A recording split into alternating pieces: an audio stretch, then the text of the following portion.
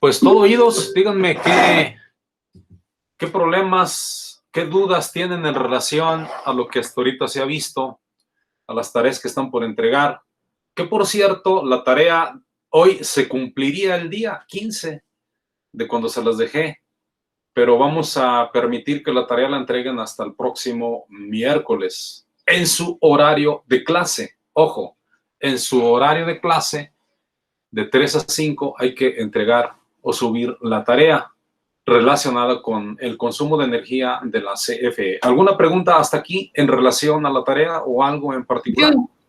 Entonces, hoy hacemos corte y ese corte lo subimos el miércoles de la siguiente semana o seguimos haciendo el conteo hasta la siguiente semana. No. El corte se hace una vez que se cumplieron los 15 días. Haces tu análisis y después de ese análisis, primero haces el corte a 15 días y resultó que te dieron 40 kilowatts hora. Lo multiplicas por 2 y te va a dar 80. Y esos 80 es la referencia promedio del consumo de un mes, o sea, 30 días. Y ya en función a la tablita que ustedes tienen, hacen su cálculo para decidir cuánto le van a pagar a la CFE. Por ejemplo, vamos a ver una así rapidito. Vamos a plantear.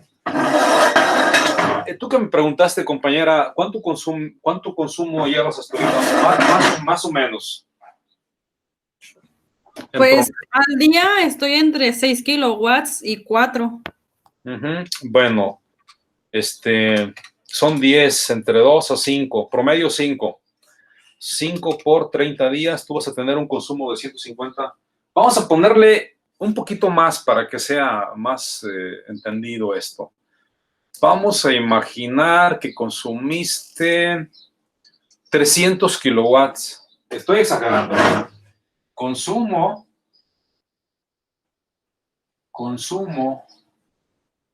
300 kilowatt hora. Sabiendo que los primeros 150 kilowatts, ¿a cuánto cuesta, compañera?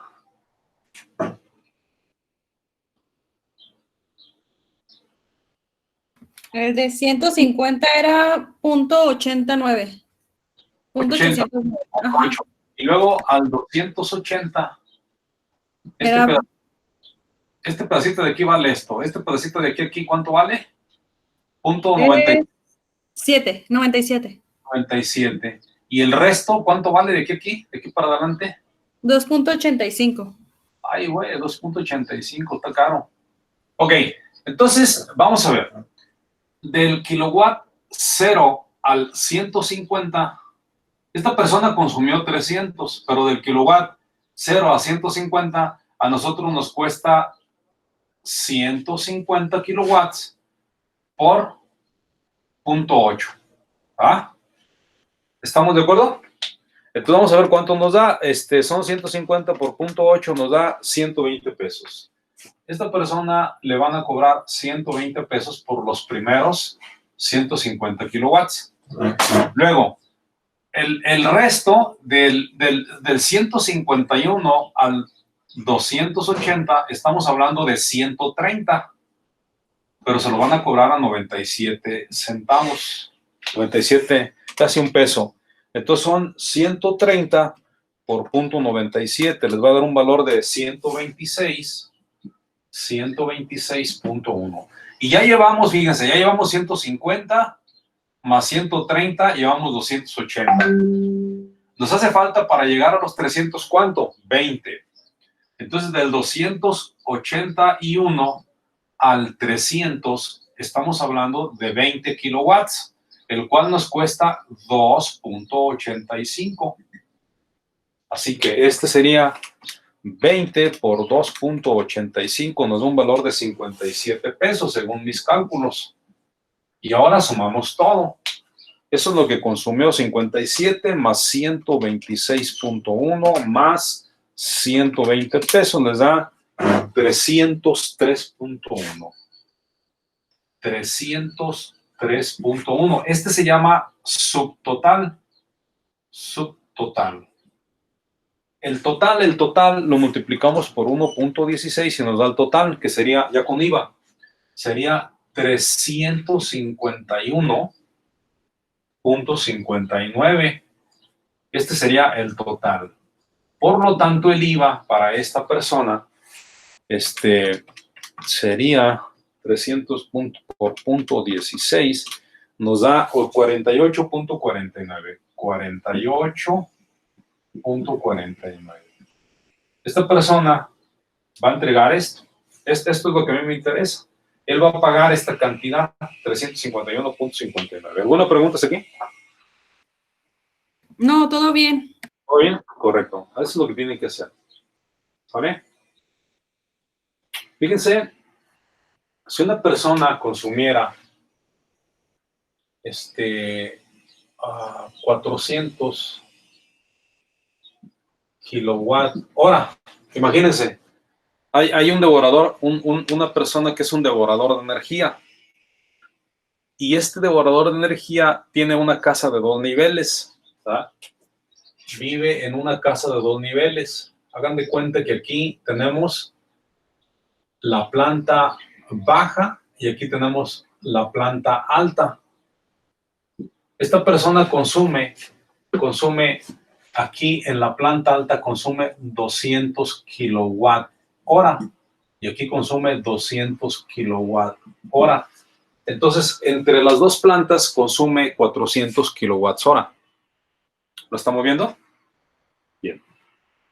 Vamos a ver qué sucede. Esta persona, entonces, los primeros 150 kilowatts hora, los primeros 150 se los cobran a 0.8. Ya sabemos que son 120 pesos. Los siguientes 130 se los cobran a 0.97. Ya sabemos que son 126.1. Y el resto, 280 para los 400. ¿Cuánto es? 120, ¿ah? 120 más. ¿Ok? El resto se los cobran a 2.85. 2.85. Bien. Entonces quiere decir que estos 120 kilowatts se me están cobrando a 2.85. 342.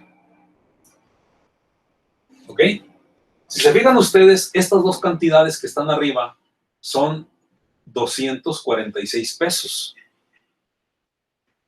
Esas dos cantidades sumadas dan 246 pesos con 10 centavos. Y esta solita da 342. O sea que aquí arriba, por 280 kilowatts, te cobraron 246 pesos. Y aquí abajito, por 120 te cobraron 342. O sea, madrán de dinero, ¿verdad? Entonces aquí tendríamos nosotros 3, 4, 5, 580, son 540, 60, 88.1 más o menos, ¿verdad? ¿Si es correcto o estoy equivocado? ¿No me equivoqué en algo? Ajá, 540, 60, 88.1. ¿Más o menos? Déjame ver si. Ok, entonces 588.1 por 1.16 les da un valor de 682. Este sería el subtotal. El total son 682.19. 682.19. Y el IVA, obviamente el IVA menos los 588.1, el IVA les da como 94 pesos. 94.09. Ok, eso es lo que ocurriría en términos normales. Ok, esta persona va a estar pagando, si consume 400 kilowatts, va a estar pagando esa cantidad. Ok, bien. Una estrategia válida, permisible por ley, es que tú vayas con la CFE y le digas, oye, fíjate que yo ocupo 2 medidores. Ya tengo un medidor que se llama kilowatt orímetro. kilowatt orímetro. Ya tengo uno, pero necesito que me instales un segundo. Quiero que me instales otro kilowatt orímetro. Y te va a cuestionar, ¿por qué quieres instalar 2 kilowatts orímetro? Ah, porque en la parte de arriba estoy rentando. Y como la estoy rentando, necesito dividir el consumo de energía eléctrica. Bien, entonces viene la CFE y te pone otro medidor e independizas el consumo de arriba del consumo de abajo. Quiere decir entonces que esta persona, le vamos a poner la planta baja y la planta alta. La persona que vive en la planta baja consume 200 kilowatt hora. ¿Cuánto irá a pagar esa persona? Ahora, vamos a verlo. 150 kilowatts por 0.8. Esto te da 120 pesos, ya lo habíamos visto. Y el resto, para llegar a 200, te hacen falta 50 kilowatts, del cual te lo van a cobrar a 97.97. Entonces, 50 por 0.97 tienes 48.50, 48.50. Esta persona que consume 200 kilowatts hora le van a cobrar 168.50. 168.50. Este es el subtotal. IVA y total. Entonces, el total que va a pagar esta persona son 168.50 por 1.16, les da 195.46 menos 168.50. El IVA son 26.96. 26.96. Esta persona pagaría, fíjese bien, pagaría 195 pesos, el de la planta baja. Y obviamente el de la planta alta, pues es el mismo consumo, entonces también va a pagar 195.46. Fíjense en una cosa interesante. Si nosotros tuviéramos 2 kilowatt orímetros, pagaríamos por los dos menos de 400 pesos. ¿Sí lo están viendo? Casi 200 pesos de este, casi 200 pesos de este, que en conjunto son 400. Pero si tenemos un solo kilowatt orímetro, para ese mismo consumo de 400 kilowatts hora, pagaríamos casi 700 pesos. O sea que estamos pagando el doble casi. ¿Qué conviene entonces? Pues decirle a la CFE que nos ponga 2 medidores en lugar de uno. ¿Es válido? ¿A él qué le interesa si de veras lo está rentando o es tuyo? Eso no le importa, no le interesa. Pero si es válido, es una situación que tú tienes que evaluar.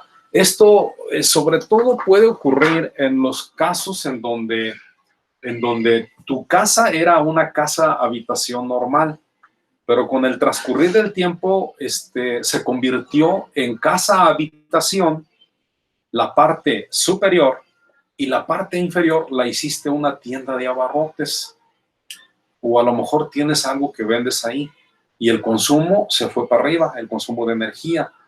Pero toma en cuenta que la CFE nada más te subsidia los primeros 150 kilowatts. Los otros ya no tienen un subsidio generoso.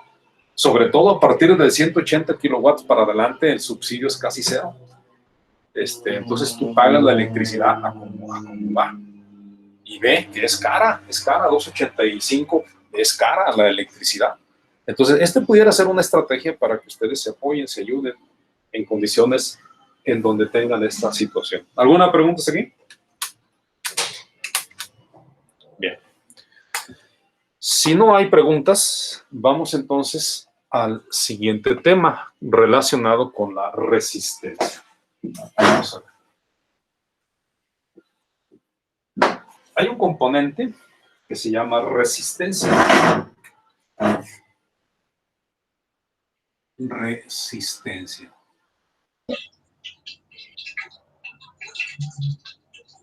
La resistencia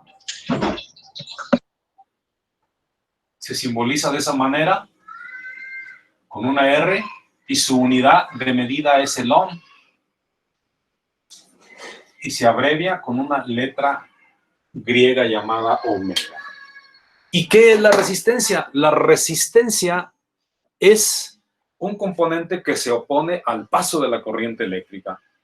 Va la corriente eléctrica circulando y si se encuentra una resistencia, esa se va a oponer al paso de los electrones. ¿De acuerdo? Esta resistencia de la cual estamos nosotros hablando se calcula de la siguiente manera. La resistencia es igual a la resistividad, a Rho, que significa resistividad a una temperatura determinada, multiplicado esto por la longitud y dividido entre el área. ¿Qué observamos aquí? Que la parte que está arriba, este es un numerador y denominador, ¿verdad? Es la parte que está arriba, se considera directamente proporcional a la resistencia y la parte que está abajo se considera inversamente proporcional a la resistencia. ¿Qué es cada una de estas cosas? Bueno, supongamos que tenemos nosotros un trozo de material. ¿Qué material será? Bueno, pues dependiendo del material que sea, será la resistividad. Por ejemplo, este trozo que tenemos aquí puede ser oro, puede ser cobre, puede ser aluminio, pero esta partecita de aquí, se conoce como sección transversal.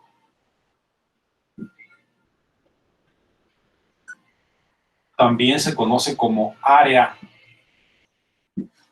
Esta partecita del elemento se conoce como longitud. Esta es la longitud. La longitud está en metros. La sección transversal está en milímetros cuadrado. Y la resistividad, la que tenemos aquí, esta cosa que se llama resistividad. La temperatura, pues en grados centígrados, ¿eh? Y la resistividad, esta que tenemos aquí, es ohms por milímetro al cuadrado sobre metro. O sea, esto nos dice que un trozo, por ejemplo, si tuviéramos nosotros aquí un trozo de hilo de cobre, por ejemplo, y quisiéramos averiguar su resistencia, pues la podemos nosotros determinar. Para eso, en su libro se les proporcionó, si mal no recuerdo, esta tablita. Ahí viene en su libro. Esta tablita que está aquí. Esa tablita dice que la plata tiene una resistividad, el cobre tiene una resistividad, el oro, el aluminio, cada material tiene una cierta resistividad. Esto es considerando a temperatura de 20 grados centígrados, por ejemplo. Entonces, dada esa circunstancia, nosotros podemos decir que la plata, la resistividad a una temperatura de 20 grados centígrados, de la plata, por ejemplo, que es lo que tenemos aquí, la plata tiene una resistencia de 0.01645. El cobre tiene una resistividad de 0.0172. El oro tiene una resistividad de 0.0243. El aluminio tiene una resistividad 0.02825. Nótese que cada componente tiene un valor de resistencia. Esa resistividad o resistencia que tiene el componente dice que son ohms por milímetro cuadrado sobre metro. ¿Ok? Entonces, ¿qué pasa? Bueno, pues pasa lo siguiente, que nosotros podemos tener ciertas consideraciones, ¿eh? Vamos a decir que tenemos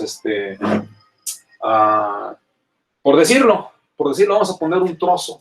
Un trozo de un hilo. Aquí vamos a suponer que tenemos un hilo cuya longitud de ese hilo Vamos a decir que es cobre, que este hilo es cobre. Y que la longitud de este hilo es de 120 metros. Y que el área de este componente es 40 milímetros. Vamos a suponer. Y nos piden la resistencia o la resistividad. Perdón, la resistencia de este componente, la resistencia. Y nos piden esta resistencia que sea a una temperatura de 20 grados centígrados, porque esta tablita que tenemos aquí es a 20 grados centígrados, a la temperatura ambiente. Bien, pues lo que tendríamos que hacer nosotros es aplicar nuestra fórmula. La resistividad a la temperatura de 20 grados centígrados ¿de qué elemento? Pues estamos hablando del cobre. Entonces el cobre es este. Este es el cobre. Entonces sería 0.0172. Y este está dado en ohms por milímetro cuadrado sobre metro. Esto que multiplica a la longitud. La longitud, para el caso que nos ocupa, son 120 metros. 120 metros. Y todo esto dividido entre el área o sección transversal, que en este caso son 40 milímetros cuadrados. 40 milímetros cuadrados. 40 milímetros cuadrados. Entonces, este metro se elimina con este metro, este milímetro con este milímetro al cuadrado, y ya nomás hacemos la operación y lo que nos dé. Entonces vamos a ver cuánto nos está dando ahí en ese particular caso. Tenemos nosotros 0.0172 multiplicado por 120 y eso dividido entre 40. Te da un valor de 0.0516. 0.516 de ohms, más o menos. No, 0.0516. Es 0.0516 de ohms. Eso es lo que nos da. Entonces, esa es la resistencia de ese componente. Así sea oro, el hilo tiene un valor de resistencia. Y ese valor de resistencia va a consumir energía. Bien, vamos a imaginarnos lo siguiente. Aquí está nuestra casita, ¿verdad? Y a lo mejor a unos 200 metros, bueno, vamos a poner a 120 metros. A 120 metros de aquí. Aquí está la casa. Aquí tenemos otro cuartito. Y aquí ponemos la lavadora. Aquí en esta parte ponemos una lavadora. Y tenemos la lavadora. Ahí está la lavadora, en ese cuartito. Y ese cuartito está a 120 metros de la casa. ¿Por qué? Porque tenemos a lo mejor ahí una casa tan grande, es un rancho. Tenemos una casa tan grande. Y se nos ocurrió poner a 120 de nuestra casa principal un cuartito especial de lavado. Pues allá se van a lavar. Hasta allá está el área de lavado y están los baños, por ejemplo. ¿Ah? ¿Qué pasa? Pues va a pasar que aquí llegan 120 voltios. 120 voltios aquí.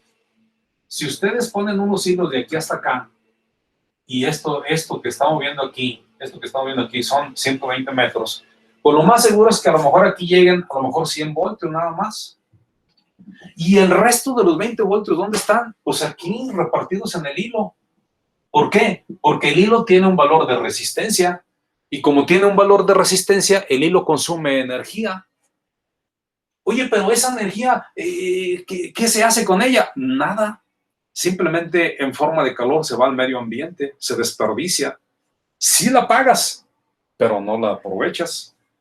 O sea que no es tan bueno tener largos hilos, porque esos los hilos consumen energía. Lo más pertinente es recorrerla aquí cercas, y entonces pues los hilos son muy cortos y el consumo de desperdicio de energía será menor. Eso es importante, eso es muy importante. Por más fregón que sea el conductor, consume energía.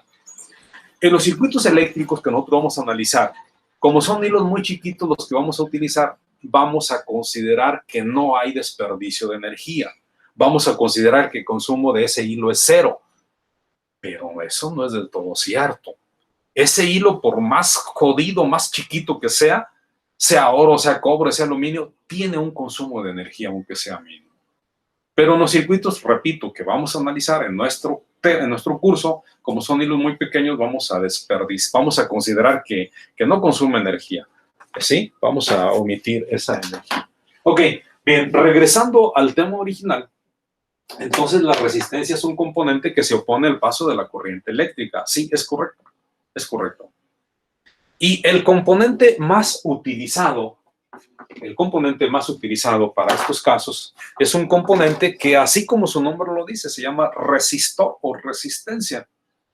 Y tiene unas bandas de colores que para la clase de hoy lo que vamos a hacer es descubrir cómo poder interpretar el valor de una resistencia.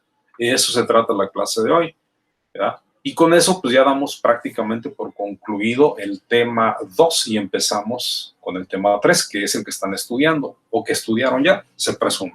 ¿Hasta aquí alguna pregunta que tengan? Bien, si no hay preguntas, ¿qué creen que pase en este hilo? Hay un factor, si les dijeran, a ver, ¿qué es lo que determina la resistencia en un elemento? ¿Qué factores son los que determinan la resistencia en un elemento? Yo contestaría, es la resistividad del material que se está utilizando, es la temperatura, es lo largo del hilo y es el área que viene siendo lo grueso del hilo. Lo grueso, ¿de acuerdo? Es importante reconocer que la resistencia está en función del gruesor del hilo, de lo largo del hilo y del material con el que está construido y de la temperatura. Si yo digo cobre, el cobre ya tiene una resistividad según su naturaleza de funcionamiento, que aquí lo veíamos, ¿verdad? Acá está. Pero ¿quiere decir entonces que la resistividad del cobre no se va a alterar? No, esa va a seguir siendo la misma. La longitud, depende qué tan grande o tan pequeño sea ese hilo. Ese sí va a generar una alteración dependiendo de la distancia, de lo largo del hilo. Y el gruesor también. Pero la temperatura, ¿cómo la controlas? A ver, tenemos este hilo que está aquí. ¿Y cuál sería su resistencia? Si se la pruebo por allá en Siberia, donde hace mucho frío. O si me voy a una playa donde hace mucho calor y le checo la resistencia, ¿qué pasaría? Bueno, la temperatura juega un papel muy importante. Entonces vamos a comentarlo. La temperatura juega un papel muy importante. Temperatura, ¿sí? En los conductores, ojo, los conductores, la resistencia aumenta al aumentar la temperatura. O sea que dice que los conductores, el conductor, la resistencia aumenta al aumentar la temperatura. En el ejercicio que veíamos, que aquí teníamos la casa y por acá teníamos la lavadora, aquí le poníamos nosotros, por decirlo, 120 voltios, acá le llegaban 100, cuando la temperatura era 20 grados centígrados. ¿Sí? Cuando la temperatura era 20 grados centígrados, aquí había 120, acá le llegaban 100, por decir un caso. Pero si la temperatura se hace más grande y la temperatura es 40 grados centígrados, vean, la resistencia va a incrementarse. Y como la resistencia, la R, se hace más grande, el consumo aquí en este hilo, nada más por el hecho de que la temperatura subió, el consumo de ese hilo va a ser mayor. Y entonces ya no lo van a llegar a 100, ya nomás le van a llegar a lo mejor 90. O sea, ya se están perdiendo 10 más por el efecto de que la temperatura subió. O sea que la temperatura la caga, ¿verdad? Sí, la riega la temperatura. O sea, la temperatura nos afecta. Para este caso, nos afecta de manera adversa. ¿Ok? Claro que si la temperatura disminuye, el desperdicio en ese hilo también disminuye. Por eso, en una clase anterior, les puse un mapita. Y en el mapita decía, la CFE, cuando es invierno, cuando es verano, cuando es esto, en tales zonas, en la zona 1, la zona 2, la zona 1B o 2B y no sé qué tanto rollo, los clasifica. Donde hay más calor, cuesta más. Donde hay menos calor o más frío, pues cuesta menos transferir esa energía eléctrica de un lugar a otro, porque la resistencia tiene tendencia a disminuir o a incrementarse. Y entre más grande sea la resistencia, más consumo nos genera. Y entonces ese consumo va a estar desperdiciado en los hilos que transportan la energía eléctrica de un lugar a otro de la CFE. Y entonces la CFE, imagínense, la CFE trae energía desde Colima, aquí a la ciudad de Guadalajara. Y pues Colima está, no sé, a 300 kilómetros, 400 kilómetros, qué sé yo, de la planta generadora. Todo ese hilo, todos esos hilos, pues desperdician energía. Y cuando hay mucho calor, pues desperdician más energía. ¿Y quién va a pagar esa energía? Pues obviamente se la cargan al usuario, en este caso a nosotros, ¿verdad? Entonces, por eso es importante el clima. Por eso la zona de nosotros, Jalisco, es una zona clima templado, en donde la clasifican como zona, me parece que era la 1, zona 1A, algo así. Y pues es diferente el asunto. Eso pues nada más como cultura, ¿eh? Que lo tengan bien ubicado, eso como cultura, que lo tengan bien ubicado. Entonces, cuando se trata de un conductor, la resistencia aumenta con el aumento de la temperatura. Cuando se trata de un semiconductor,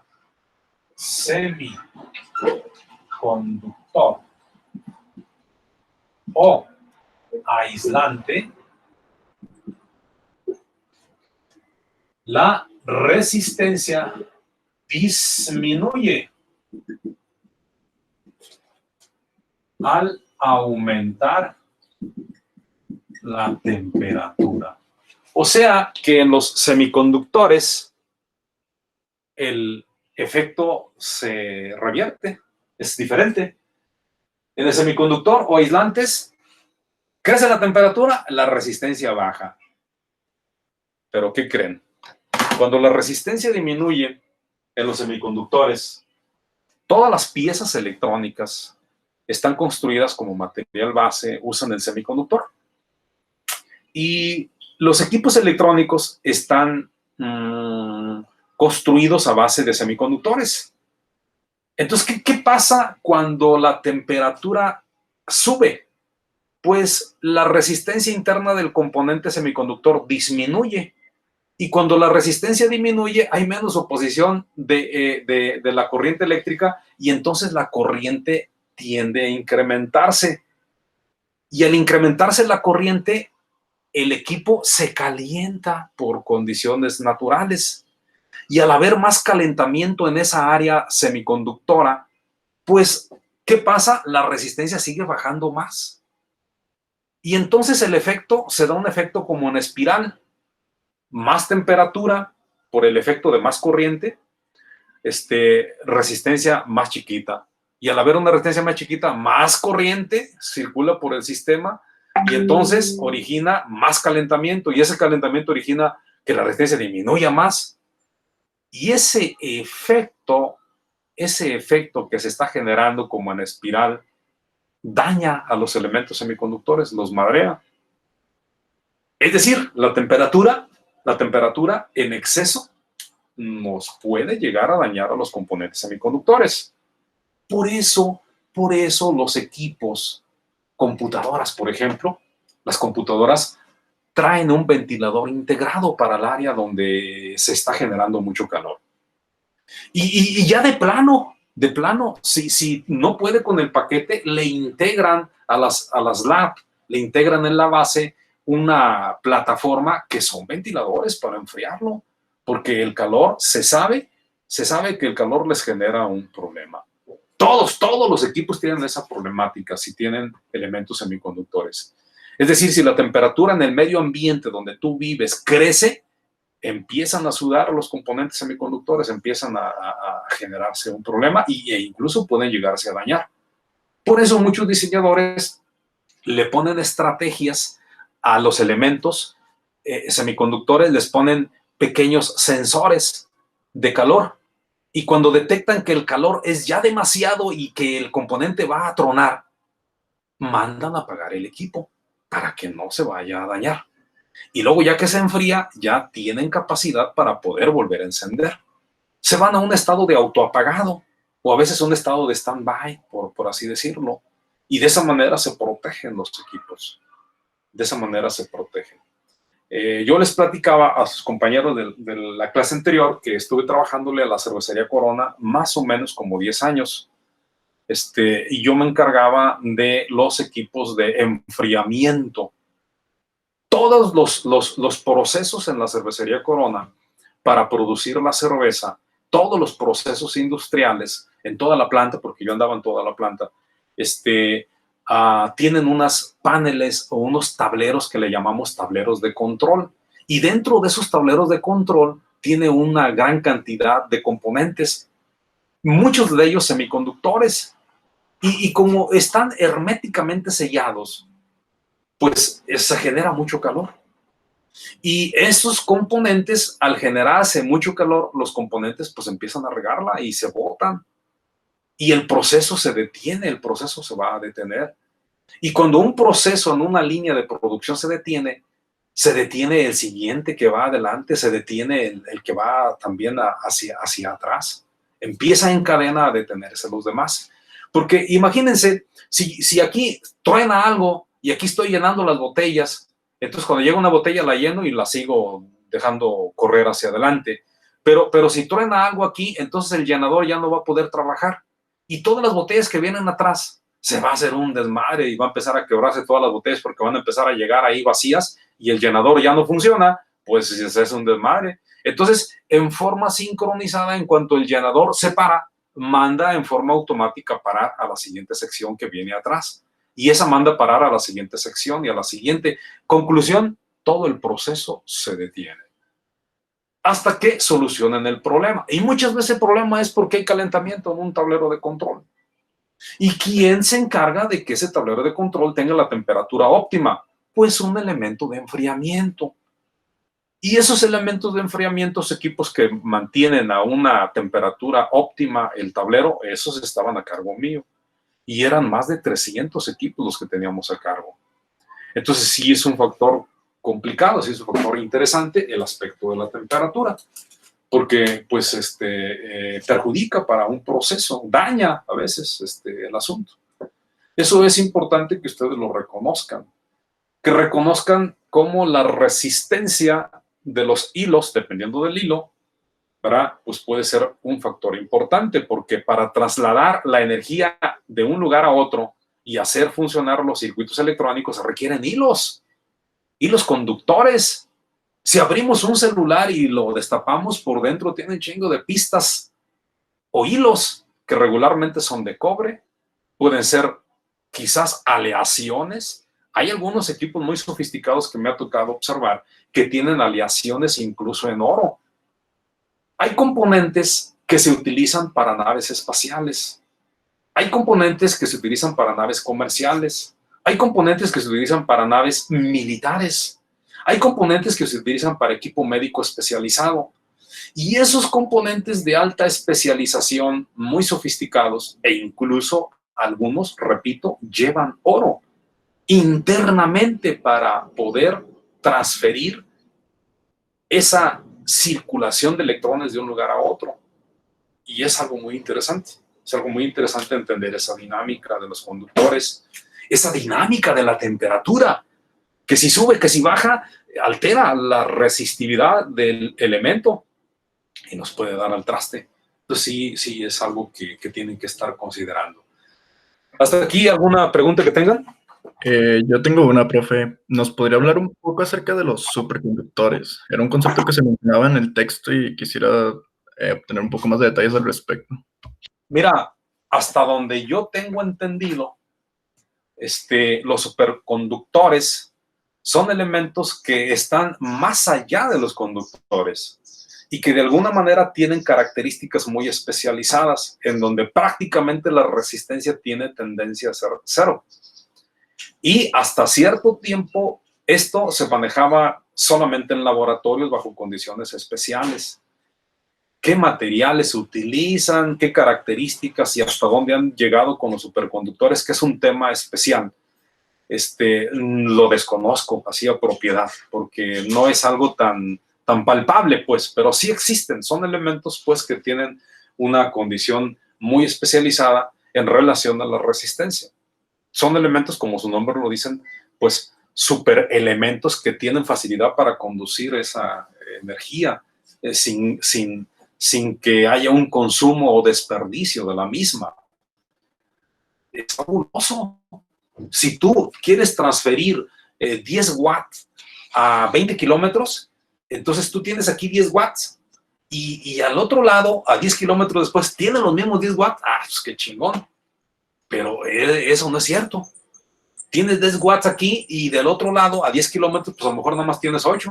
¿Y los otros dos quién se los robó? Pues chingaron en el camino, porque se consumieron, se desperdiciaron. Entonces no es lo deseable. Y como no es lo deseable, necesitamos otro tipo de componentes que tienen atributos más especiales para la velocidad, por ejemplo, de transferencia. O sea, tú transfieres esa carga o esa energía a través del hilo y ¿en cuánto tiempo va a estar del otro lado esa energía? Entonces, eso está en relación a la velocidad. Y la velocidad está en relación a las condiciones del componente, ¿verdad? Entonces, cuando tú hablas de superconductores, pues hablas seguramente de elementos que tienen atributos muy especiales. Habría que echarnos un picadito ahí al internet y esculcar un poco en relación a ellos.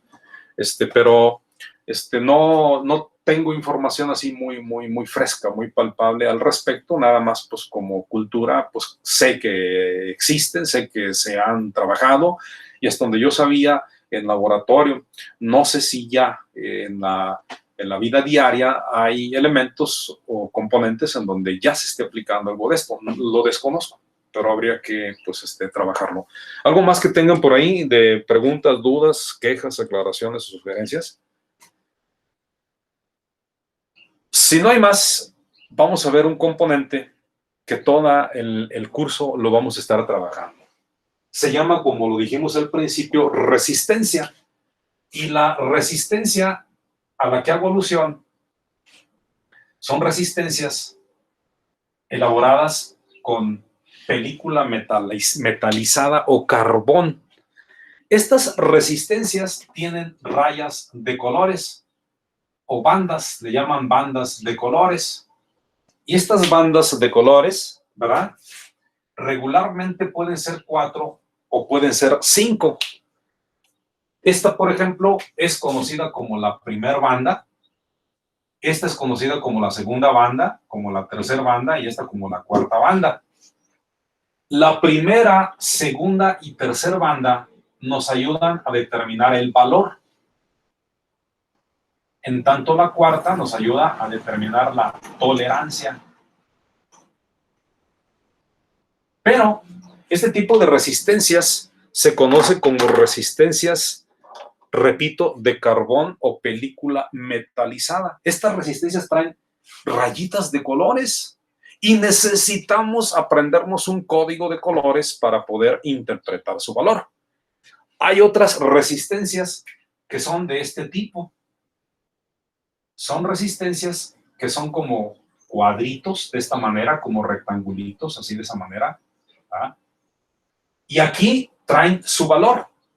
Pero esas resistencias son conocidas como resistencias de alambre. Aquí adentro, las resistencias traen una especie como de alambre. Lo voy a exagerar un poquito. Traen alambre por aquí. ¿Sí? Es decir, hagan de cuenta que aquí hay una base. Aquí una base y aquí le hicimos un corte. ¿Ah? Ahí le hicimos un corte para ver cómo está la situación por dentro y vemos que al verlo, al observarlo, vemos que tiene como una especie como de alambrito enrollado, tiene una especie de alambre enrollado. Esas resistencias se llaman resistencias de alambre y esas resistencias ya traen su valor aquí. Por ejemplo, puede decir 2 ohms, 5 watts, por ejemplo. Es una resistencia que tiene su valor escrito en el cuerpo, como en este caso, le puse aquí que es de 2 ohms, 5 watts. Esas resistencias no necesitamos un código para determinar su valor, simplemente las agarramos, vemos qué dice y ya sabemos de qué valor es. Ahí no hay ningún problema. Pero estas otras sí, necesitamos un código de colores para poder interpretar su valor. Y de eso es de lo que vamos a platicar el día de hoy. Bien, para ello, pues es importante que nosotros primero conozcamos el código de colores, el cual voy a proporcionar a continuación. Aquí, de una manera un tanto rápida para poder ubicarlo. Los colores regularmente son los siguientes. El primero de ellos es negro. El siguiente es café. Café o marrón es lo mismo. El siguiente rojo, naranja, amarillo, el verde, el azul, violeta, gris, dorado y plateado. Esos son los colores. Entonces, la primera banda,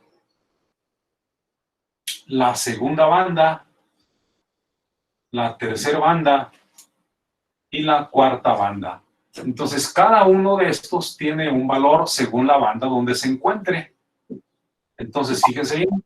¿No falta el blanco? Sí, gris, blanco. Aquí falta el blanco. Qué bueno que lo estás observando. Blanco, dorado y plata. Aquí lo tenemos. ¿No me falta ninguno? ¿Ahora sí está muy bien? Bien. Ok. Sí, El negro en la primera banda no existe. El dorado en la primera y en la segunda tampoco existe. ¿Ok? Y de ahí, todos los demás, si existen, el café vale 1, 2 el rojo, 3 naranja, 4 el amarillo, 5 para el verde, 6 azul, violeta 7, 8 y 9. Y en la segunda banda vale exactamente lo mismo. Valen exactamente lo mismo. ¿Ok? Y en la tercera, pues es el número de ceros por agregar. Aquí es 1, pues es 1. Son 2 ceros, 2 ceros. 3, 4, 5, 6, 2, 4, 6, 7, 2, 4, 6, 8, 2, 4, 6, 8, 9. Y aquí es por punto 1 por punto 0,1. Y ahora, para la cuarta banda, este es el más característico, 5% más o menos 10%. También aquí hay una tolerancia para estos colores, pero la vamos a omitir en este momento para irnos más rápido. En cuanto al negro, aquí vale 0 y aquí se multiplica por 1 lo que nosotros llevemos hasta ese momento. Vamos a suponer, por ejemplo, que tenemos una resistencia cuyos colores son los siguientes. Vamos a imaginar que tenemos una resistencia en donde nos dice, los colores son café, rojo, naranja, plata. ¿Ok? Café, rojo, naranja y plata. Vamos a suponer que esos son los colores que tenemos.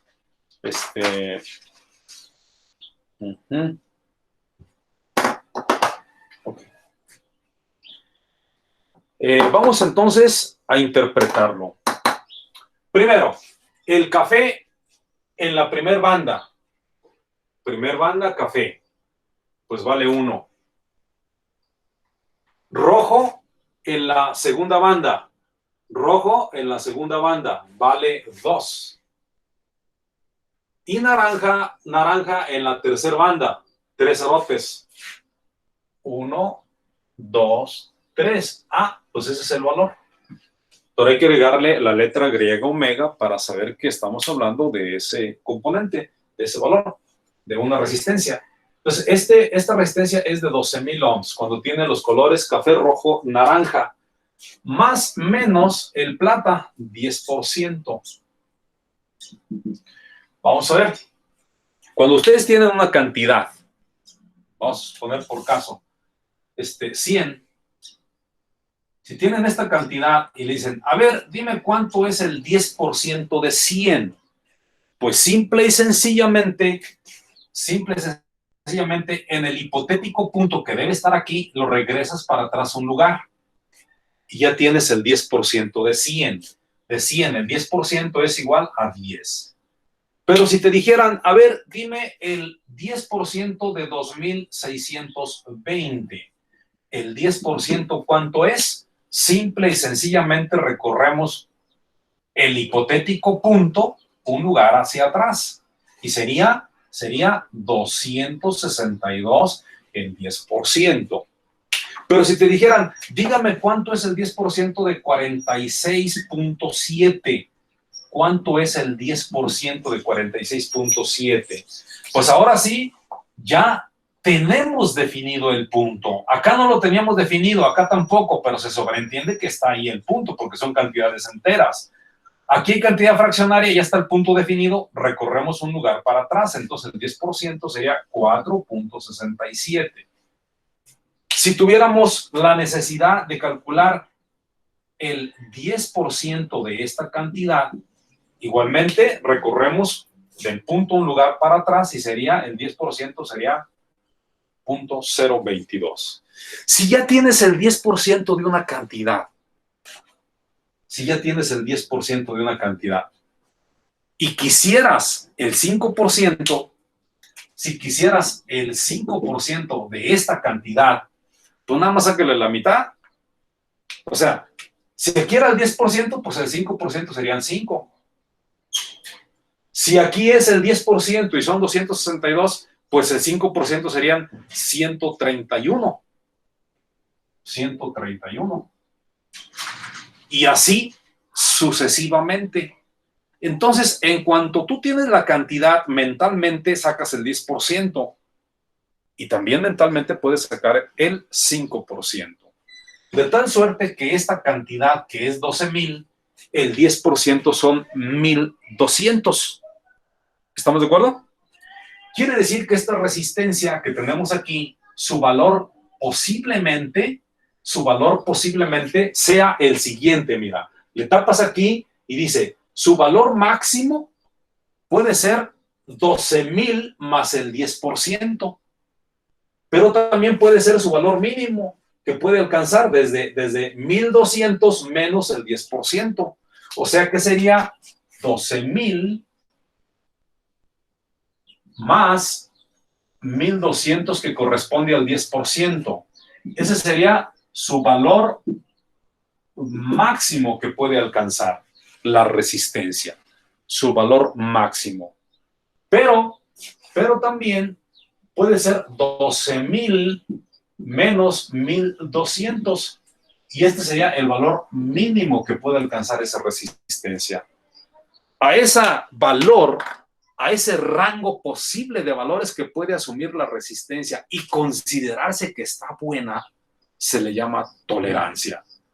O sea, técnicamente hablando, la resistencia era de 12,000, pero tiene permisibilidad para que sea un poquito más de 12,000 o un poquito menos de 12,000 en una proporción del 10%, y se considera que está en su valor óptimo. O sea, que la resistencia esta no es exacta, no es de precisión. Tiene un rango tolerante hacia arriba y hacia abajo de su valor del 10%. Cuando la construyeron, nos la dejaron de tal manera que puede dar poquito más o poquito menos de esos 12,000 y estar dentro de su rango de fabricante, de tolerante de fabricación. ¿Sí se entiende qué es la tolerancia entonces? Es ese nivel de proporción hacia arriba o hacia abajo que tiene permisibilidad la resistencia para crecer o disminuir y estar dentro de su rango que el fabricante está diciendo. Pero si en lugar del 10% fuera el 5%, pues igualmente se saca el 5% y se hace un análisis. ¿Hasta aquí alguna pregunta? O sea, dicho con otras palabras, tendríamos nosotros 10,800 aquí. Y acá tendríamos 13,200.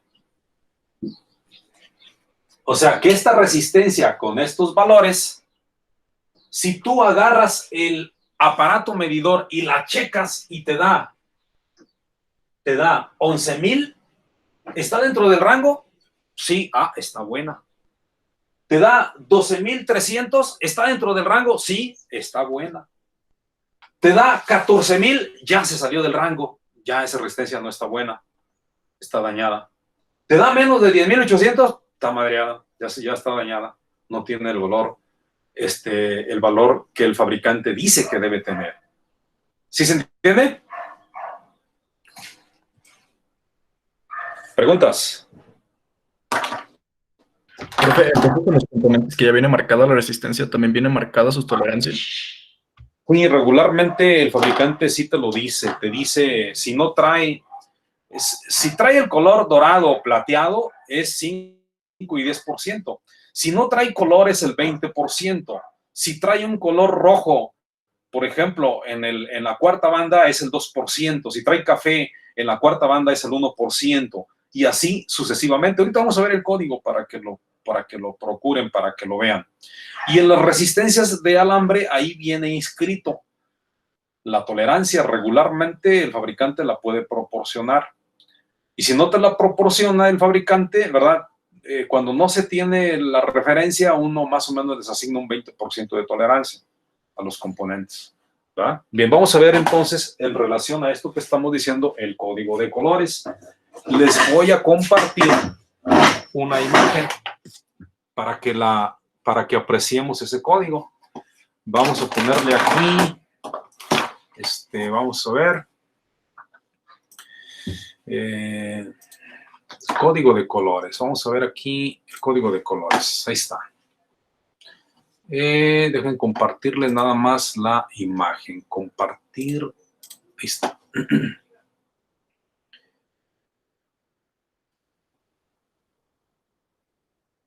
Ok, ya está compartida. Ahí lo estamos viendo. Este es un código. ¿Sí lo ven aquí? El código que está al lado derecho. Sí. Aquí están los colores, miren. Negro, luego marrón.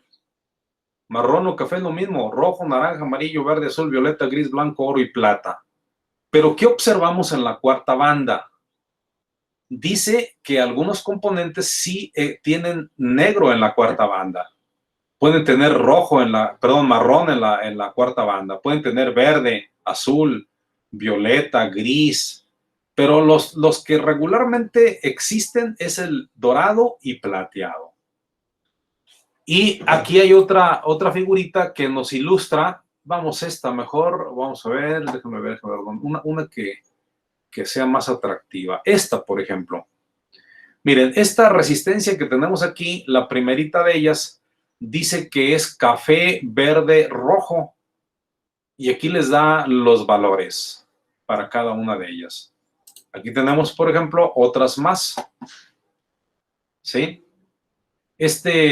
Figurita nos dice que esta es una resistencia de 1 ohm, 1.2, bla, bla, bla, bla, bla, bla, bla. Ahí están los colores. Es cosa de que se echen un picado y vean algo en alusión a lo que les estoy comentando, ¿verdad? Si les interesa, estos son los tablets, los valores comerciales. Si ustedes van a la tienda y le piden los valores comerciales, pues estos serían los valores comerciales. Dicen, a ver, dame unas 10 resistencias de cada una. Pues les van a dar todos esos valores. Mira, son 2, 4, 6, 8, 10, 12, 13. Y luego 2, 4, 6, 7. 70, son 13, 7 por 3, 21. No, son más de 100 valores, ¿verdad? Diferentes. Y ahí tendrían ustedes todas las resistencias habidas y por haber. Ok, esto es el código de colores que se supone como cultura pedimos que ustedes lo estudiaran. Aquí hay diferentes tablas y habla algo en relación a eso. Ahora vamos a ver lo siguiente. Fíjense, aquí lo voy a poner, que quiero convertidor de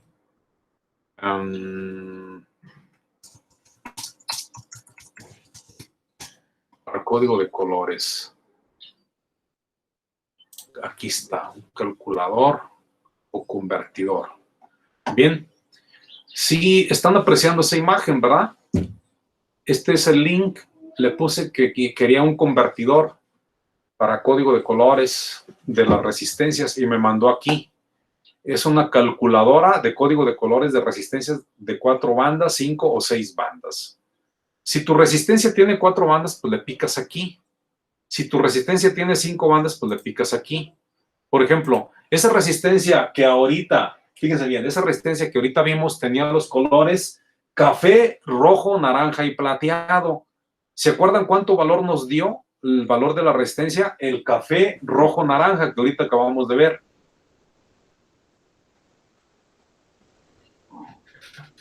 La 1, 2. Eran 12,000, ¿verdad? 12,000. Sí, bueno, cuando son 12,000, lo podemos expresar como 1, 2 y 3 ceros. Un 1, un 2 y luego 3 ceros, que es el 12,000. Pero la manera abreviada es utilizar un 1, un 2 y una K, que significa 12K, pero K vale miles. Entonces sería 12, se leería 12K ohms, que la K significa 1000. Entonces sería 12,000 ohms. Es una manera abreviada de representar el 12,000 en este sentido. Entonces vamos a ponerle los colores que vimos en el pizarrón ahorita en este momento, que fue el café o marrón para la primera banda. Y luego para la segunda banda le pusimos el rojo. Y para la tercera banda tenía el naranja. Le vamos a poner el color naranja. Naranja. Y para la cuarta banda dice que tiene el plata, plateado. Y nosotros descubrimos que era una resistencia de 12,000 ohms más o menos el 10%. Aquí está, mira, ya te lo dio el valor. Ya le puse los colores y aquí te dio el valor. 12,000 ohms aquí, y el 10% de tolerancia. Este es un convertidor. Lo pueden bajar de una aplicación de su celular o directamente lo pueden bajar a su computadora para rápidamente tener acceso al valor de la resistencia. Pero puede ser que la resistencia sea 5 bandas. Pues le picas aquí en 5 bandas y ya le das los colores. Por ejemplo, aquí vamos a agregar un rojo. ¿De qué valor será? De 122,000. Por ejemplo, si aquí fuera negro, vamos a ver de qué valor sería, de 122 ohms. ¿Hasta aquí todo está bien? Sí. Bien. Sí tenemos nuestra calculadora. Calculadora de reactancias, de resistencias, de LED, de diferentes cosas. Pues ahí están los códigos de colores. Ahora vamos a ver lo siguiente. ¿Ok? Regresamos a nuestra clase. ¿Ok? Y tenemos nuestro código de colores que está aquí. Y a un ladito estamos haciendo ejercicios. Vamos a hacer otros ejercicios. Ahora, supónganse que tenemos el escenario siguiente. Vamos a ver. Supónganse que tenemos los colores azul, café, negro, dorado. ¿Ok? Marta Verónica. Orozco Ramos. Sí, aquí estoy. A ver, pásame el valor de esta resistencia. Sería 61. Azul, primer banda, 6, ¿verdad? 6. Ajá. Café, segunda banda. Vale. Y el negro, Uno. en la tercera banda. El negro en la tercera Vale. banda dice que lo que ya llevaba lo multipliques por punto 1. Perdón, por uno. Entonces te va a dar 61 por 1 por 61. 61 ohms. Más o menos el dorado. Dorado. 3.03. Dorado 3.05. 5% de tolerancia al dorado. ¿Ah? Hasta ahí le vamos a dejar. Nada más. Ahorita no vamos a calcular más. ¿Hasta ahí está muy bien? Sí. Bien, entonces vamos a ver. Vamos a ver a Ricardo Ramírez Morales. Fíjate bien, Ricardo Ramírez Morales. ¿Ya estás ubicado? Fíjate, para ti te voy a pedir que me digas de qué colores es una resistencia de...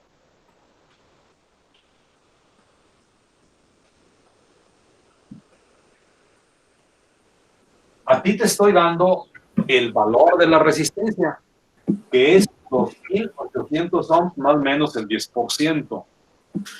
¿Tú de qué color crees que sea la banda número 1? ¿De qué color crees que sea esta?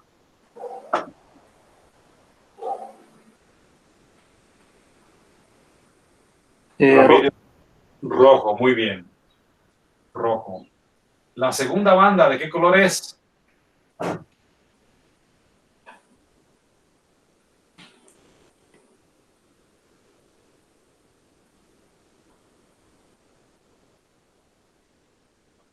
¿Te perdiste?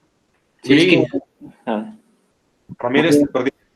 no se ve muy bien No se ve muy bien, ¿qué? la tablita. No se ve bien la tablita.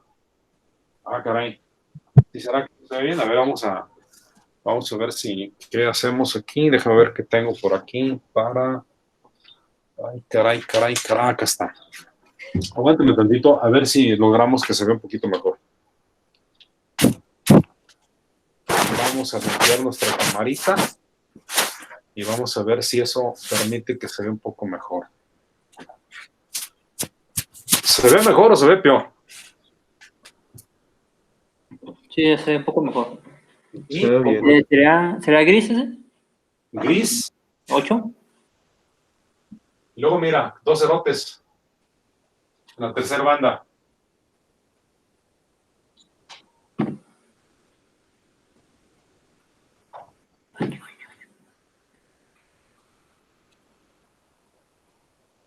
¿Cuánto sería? 2 cerotes. Ricardo Ramírez Morales. Sí, aquí sigo. ¿Qué sería? En la tercera banda dice que tiene 2 ceros. ¿Cuánto sería? ¿Qué color sería?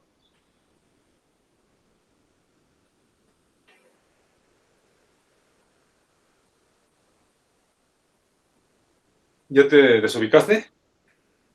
¿No será? Ah, no. ¿Eh? ¿Será el plátano? No. A ver, tercera banda. Es esta. Busca un lugar donde haya 2 ceros. Ah, ¿Qué ves? el rojo. Rojo. Y la cuarta banda, ¿qué sería? A ver, dice el 10%. ¿Ya será el plateado, Martino?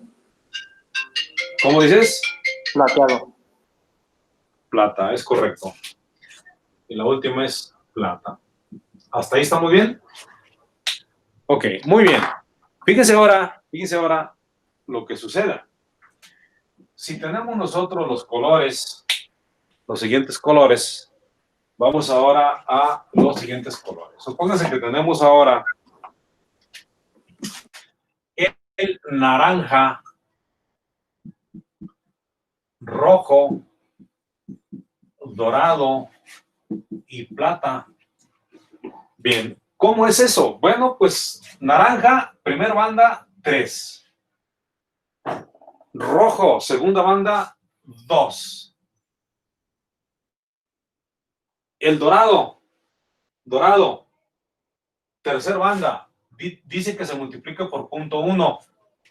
Y el plata, en la última banda, 10%, más o menos el 10%. Si multiplico el 32, fíjese bien, si multiplico el 32 por 0.1, significa recorrer un lugar para atrás el punto. Así que sería igual a 3.2. Pero si este mismo 32 lo multiplico por 0.01, significa recorrer ¿cuántos lugares para atrás? 1, 2. El punto lo recorro 2 lugares para atrás. 1, 2. Entonces sería igual a 0.32. Para el caso que nos ocupa sería 3.2 ohms más menos el 10%. ¿Sí? El 10% de tolerancia. El 10%, aquí era el 10%, ¿sí? De tolerancia. Ese es entonces el valor. ¿Sale? ¿Hasta aquí estamos más o menos bien? Ok. Vamos a ver entonces qué dirían ustedes si ven el siguiente valor. Si les dicen, dame una resistencia de 0.47 ohms más menos el 5%. Bien, ¿qué colores creen que tendría que tener para que sea de 47 más menos el 5%? Sería dorado. Dorado. Ajá, Pero fíjate bien, el dorado en la primera banda ni siquiera existe. Ok. Me queda- Más bien sería el amarillo. ¿Cómo se multiplica? Ah, ya. Sería Ujú. amarillo, Amarillo, violeta, amarillo, violeta, dorado, porque es por 0.1. Y dorado. otra vez dorado. ¿Y luego qué? Dorado. Y luego otra vez dorado. Ahora vamos a verla. Dorado. Ok. Amarillo. ¿Cuánto es el amarillo? Pues 4. Violeta, pues 7. Dorado, por 0.1. Por 0.1. Y luego dice dorado, 5%. Bien. Al multiplicar el 47 por 0.1 me daría 4.7. ¿Estamos de acuerdo? ¿Sí? Sí. Entonces resultó que no es el dorado. Resultó que es el plateado. plata, exactamente, el plata. Resultó que aquí es el plata y resultó que aquí tienes que multiplicarlo por 0.01. Y al multiplicarlo por 0.01 recorres 2 lugares para atrás y te daría 0.47 ohms, más o menos el 5%. Ahora sí. Ahora sí. ¿Hasta aquí todo bien? A ver, una difícil. A ver, vamos a ver. Suponte que te dicen que tenemos una resistencia de 1 ohm. 1 ohm más menos el 10%. ¿Qué colores tendría una resistencia de 1 ohm? ¿Alguien que me pueda ayudar? ¿Cuáles serían los colores? Yo sería café, Café, negro negro, ya llevamos 10. Ya aquí el café, ya llevamos 10. y dorado. Dorado, y al poner el dorado es por 0.1, o sea, se va a convertir en 1 al final. Y luego, El plata. plateado. El plata. Así sería. ¿Ok? ¿Bien? ¿Alguna pregunta que tengan hasta aquí? ¿Tienen alguna pregunta en relación a esto? ¿Cómo interpretar el valor de una resistencia que es de carbón o película metalizada? Ahí tienen ya la herramienta, ya se las proporcioné. Les pedí que investigaran el código de colores como cultura para que fueran más o menos ubicando este asunto. Entonces queda en el entendido de que la tarea del consumo de energía de tu casa la tienen que entregar el próximo miércoles en su horario de clases. Y por otro lado, lo que tienen que hacer es estudiar el capítulo número 3 nuevamente. O sea, hay que seguir estudiando el capítulo 3 porque todavía no lo abordamos. todavía no abordamos ese capítulo número 3. ¿Algo que quieran agregar? ¿Alguna cosa que quieran comentar? ¿Todo bien? Todo bien, profe. A ver, aguántenme. Voy a compartirles algo en alusión a lo que uno de sus compañeros tenía de inquietud. Vamos a ver.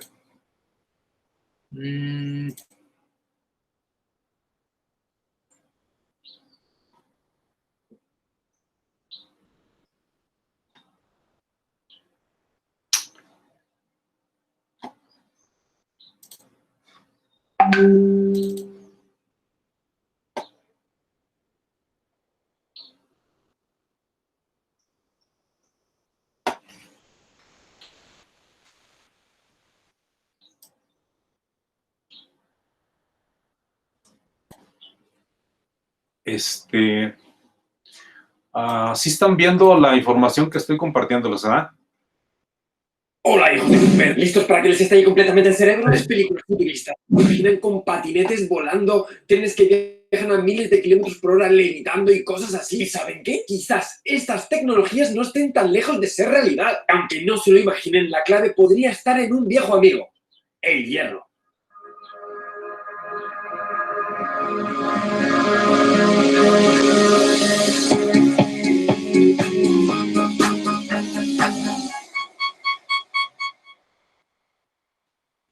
¿Quién nos lo iba a decir a nosotros? La gente haciendo alaciones todo molonas ahí modernas, titanio con grafeno, diamanto con Kevlar, sin saber que uno de los materiales del futuro podría estar basado en un viejo conocido: el hierro. ¡El hierro!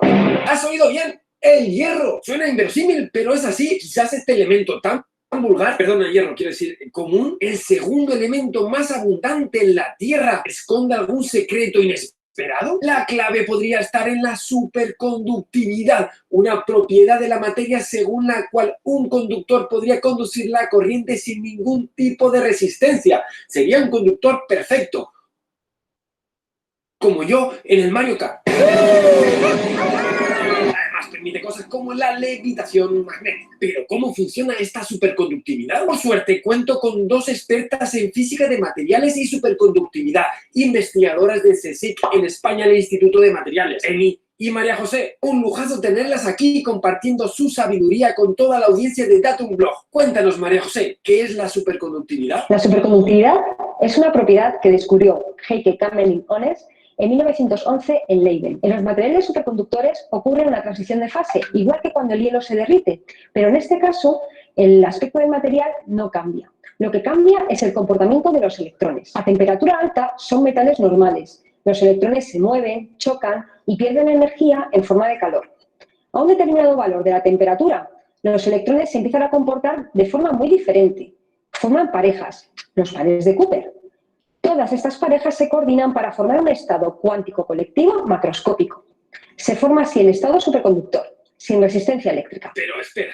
¿Electrones formando parejas? ¿Pero no se repelen? Cierto, al tener la misma carga, los electrones se repelen, pero es que además están interaccionando con los iones positivos del sólido, que están vibrando. Y es este acoplamiento entre los electrones y las vibraciones de los iones lo que da lugar a una interacción atractiva neta entre los electrones, que forman pares. Este es el mecanismo de la superconductividad convencional. Algunas de estas cosas también las contamos María José y yo en este guío que dejo por aquí de Date un Voltio, donde también analizamos el fastidio de esta historia futurista, la superconductividad. Como cualquier superhéroe del mundo, también tiene su kriptonita. En este caso es el frío. Mucho frío. ¿El pecho de Messi? Más frío. ¿El corazón de mi ex? Por ahí, más o menos. Los primeros superconductores requerían temperaturas cercanas al cero absoluto, por lo que se necesitaba helio líquido para enfriarlo. Pero claro, esto crea un problema, porque tampoco vamos a ponernos a enfriar las ciudades como si viviéramos en Plutón, ¿no? Por eso los científicos están trabajando en conseguir superconductividad a temperaturas que sean más razonables. Lenny, ¿Hay esperanzas? Sí, hay esperanza. En el año 1986 se descubre superconductividad en los cupratos, a los que llamamos superconductores de alta temperatura. Hasta esta fecha, los superconductores que se conocían tenían temperaturas críticas de pocos Kelvin. Al descubrirse los cupratos, estas temperaturas subieron de golpe hasta unos 135 Kelvin a presión ambiente o, lo que es lo mismo, a menos 138 grados Celsius. No es una gran cosa, pero es un avance muy importante porque a estas temperaturas se puede enfriar con nitrógeno líquido, que es mucho más barato y más fácil de conseguir que el helio líquido. Además, por aquella época se pensaba que no era posible tener superconductividad a temperaturas tan altas, así que el descubrimiento fue un auténtico bombazo. Y a Bernard y Müller les dieron el Nobel al año siguiente de descubrirlo, convirtiéndose en el Nobel de Física más rápido de la historia. Ya saben, si quieren un Nobel, les está ahí esperando. Pues sí, porque a diferencia de los primeros superconductores que entendemos desde 1957 gracias a la teoría BCS, los superconductores de alta temperatura son aún un misterio. No entendemos el mecanismo que la produce. Es uno de los problemas más importantes de la física actual. En estos materiales, la repulsión entre los electrones es especialmente fuerte, por lo que es antiintuitivo que se formen pares de Cooper a altas temperaturas. La repulsión es tan fuerte que en algunas ocasiones los electrones se quedan fijos en su sitio y el material se comporta como un aislante, o a veces es un metal, pero con propiedades muy extrañas. En estos materiales, las vibraciones de los iones no pueden explicar la superconductividad. Es muy curioso porque la propia repulsión entre los electrones tiene algo que ver con que se formen los pares, pero no sabemos cómo. En realidad, hay muchas teorías, pero ninguna explica todos los experimentos. Resulta que pequeños cambios en la composición química del material hacen que este, en vez de superconductor, sea magnético. La proximidad del magnetismo parece indicar que este tiene algo que ver con la formación de pares de electrones, pero no está muy claro de qué forma. Aquí tenemos el diagrama de fase de los cupratos. En el eje X cambia la composición y en el eje Y la temperatura. Cambiando solo un poquito la composición, pasamos de un superconductor a un aislante antiferromagnético. En la fase antiferromagnética, los electrones también se organizan, pero lo hacen de forma diferente al superconductor. En esta fase no hay pares. El protagonista es el spin del electrón. El spin es como un pequeño imán cuántico que puede apuntar en direcciones diferentes y por eso se representa con flechas. En la fase antiferromagnética, estos spines se orientan de forma alterna. Volviendo al diagrama de fase, vemos que a temperaturas superiores a la de la superconductividad hay una región llamada pseudogap. A estas temperaturas, el material es metálico, pero sus propiedades son muy anómalas. Ya veis, no solo es difícil entender la superconductividad de los cupratos, es que ni siquiera los entendemos cuando son metales. Gracias, Lenny. Ahora se entiende un poquito mejor. Pero creo que la historia no se acaba con los cupratos, ¿verdad? Así es. En el grupo de Hideo Osono en Japón descubrieron hace 10 años la segunda familia de superconductores de alta temperatura que contienen hierro en su composición. De esta forma dio comienzo la edad de hierro de la superconductividad. Los superconductores de hierro son unos compuestos que tienen unas capas atómicas que contienen hierro y arsénico o hierro y selenio, además de otros elementos que se sitúan entre estas capas. Hay muchos superconductores de hierro, pero todos tienen estas capas atómicas que controlan las propiedades que nos interesan. Al igual que los cupratos, en el diagrama de fases de los superconductores de hierro tenemos una fase antiferromagnética cerca de la superconductora. Pero no todos son similitudes con los cupratos. En el estado antiferromagnético de los cupratos, los spines se orientan de forma alterna en las dos direcciones del plano y en los superconductores de hierro se orientan de forma alterna en una dirección pero no en la otra. Y hay otra diferencia que es aún más importante. Mientras que la fase antiferromagnética de los cupratos es aislante, la de los superconductores de hierro es metálica.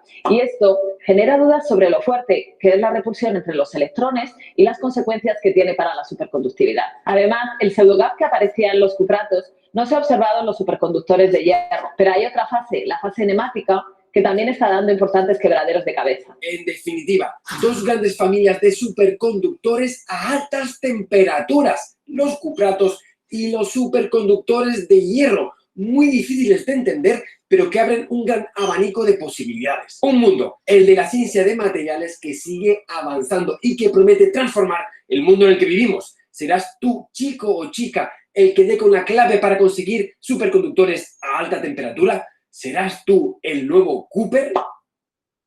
No, este no, el otro Cooper. Ese. el bueno. Muchas gracias a María José y a Lenny por aportar toda esta sabiduría y conocimiento a Date un Blog y a todas las entidades que han participado en la elaboración de este vídeo. Muchas gracias porque hoy somos un poquito más superhéroes, un poquito más sabios. No. Bien, como ya apreciaron, pues hay mucha información que podemos nosotros esculcar o expurgar en relación a las inquietudes que tenemos. Todo está ahí, ya otros trabajaron por nosotros y está ahí, de alguna manera, pues a la mano, nomás echarle un vistazo. Hay muchas cosas interesantes, pero como les decía, hasta donde yo sabía, los superconductores era un tema un poquito complicado y lo que observamos ahorita es que pues se requieren ciertas condiciones de temperatura para poder trabajarlos.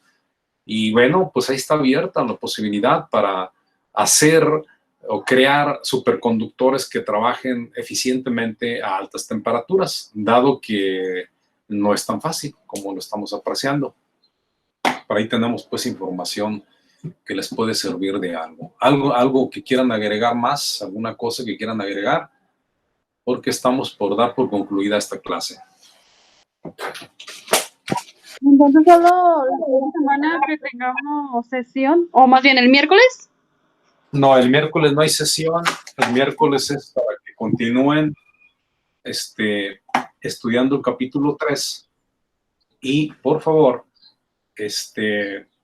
envíen sus tareas en ese horario. Y yo acá lo que voy a estar haciendo es pues, revisar sus tareas e incorporarlas a la lista de las entregas de tareas. Eso es lo que vamos a hacer. ¿Llegaremos en horario de clase o 2 horas después? No, en la hora de clase. Porque se presume pues que en su hora de clase, ahí sí, en otras ocasiones me es complicado. Entonces, como yo doy clase, por ejemplo, ahorita estoy dando clase. En el siguiente horario doy clase a otro grupo, entonces no puedo darme el lujo de estar revisándolas porque yo estoy en clase. Es más, ni siquiera los atiendo. Si mandan un WhatsApp después de esta hora, ahorita voy a estar en la siguiente clase y no voy a poderlos atender, porque tengo clases de 1 a 3, 3 a 5, 5 a 7 y 7 a 9 el día de hoy. Pero los miércoles y los jueves los dedico a revisar tareas que ustedes me envían. Entonces, en este sentido, pues el próximo miércoles, pues ustedes en su horario, yo tendré ese espacio para estar revisando sus tareas. Esa es la intención, esa es la idea. Y mientras, pues hay que seguir chambeándole en el tema número 3. Recuérdense que vamos a ver 8 unidades. Ya con que lleguemos a la unidad 7 me doy por bien servido. Entonces, ahorita vamos a entrar a la unidad número 3. Pero la unidad 1, 2 y prácticamente la 3, pues son cosas que ustedes ya debieran de saber. O sea, todo lo que hemos visto hasta ahorita son cosas que ustedes ya debieran de saber. Muchos maestros que dan esta materia se brincan todo esto y llegan al capítulo 4, por ejemplo, y empiezan a echarle trancazos ya al curso. Y pues sí, a veces si se les ha hecho como que todo esto es nuevo para ustedes, pues imagínense toda la raza que no va a ver esto, que están en otros grupos y no ve esto, pues sí, de golpe y sí andan como que chiflando la loma, ¿no? De hecho, no con mucha razón, algunos de sus compañeros, uno en particular, me decía pues que se iba a salir del curso, quería salirse porque la sentía muy agobiante, y bueno, pues voy a dejar de grabar ya porque ya esto no es trascendente.